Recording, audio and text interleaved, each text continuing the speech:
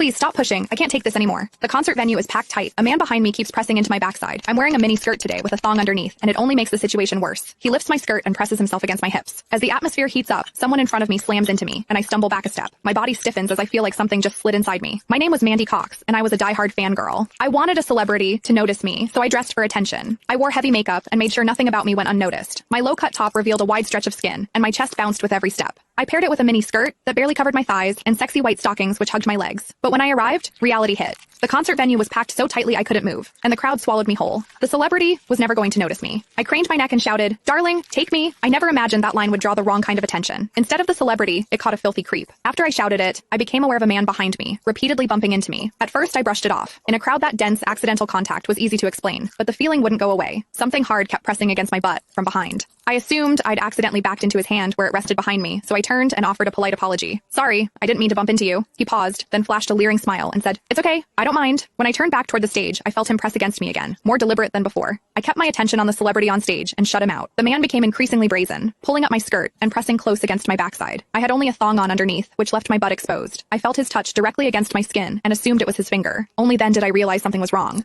The pressure was warm and solid in a way a finger could never be. My mind lurched as the truth hit me. In the 20 years of my life, this was the first time a man had ever molested me. Fear surged through me, sharp and overwhelming, and my body reacted with an instinct to flee, but there was no way to move. The concert floor was packed wall to wall, leaving me stuck where I stood. I drew myself tight, bracing as if tension alone could keep the fear out. As I did, my hips closed around the man's so-called finger, trapping it between my cheeks. An unfamiliar sensation followed, and warmth rose to my face. What confused me was that I didn't recoil from it. There was a muted comfort to it, and against my will, it sparked a faint sense of expectation. The man behind me seemed to take it as a signal. He moved in closer, repeating the motion until the intrusion was unmistakable. I had lived a sheltered life as a college student, and now I was being toyed with by a stranger while surrounded by people. Shame surged within me without warning. I felt the urge to sob, but my throat closed, and my voice deserted me. Worse still, the pressure forced my thong inward and sent a restless, prickling discomfort through my body that wouldn't fade. A quiet, involuntary sound escaped me, and the embarrassment followed instantly. I gathered myself and strained to suppress it, holding it down until my throat tightened. The blaring music and the screams around me drowned everything out. With every eye fixed on the stage, no one was aware of what was happening to me. At the same time,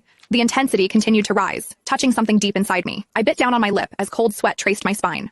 My awareness was tipping back and forth between humiliation and a pleasure I couldn't bring myself to name. I knew I couldn't take it anymore if it continued. So I turned sharply to face the man behind me. "Please stop pushing. I can't take this anymore."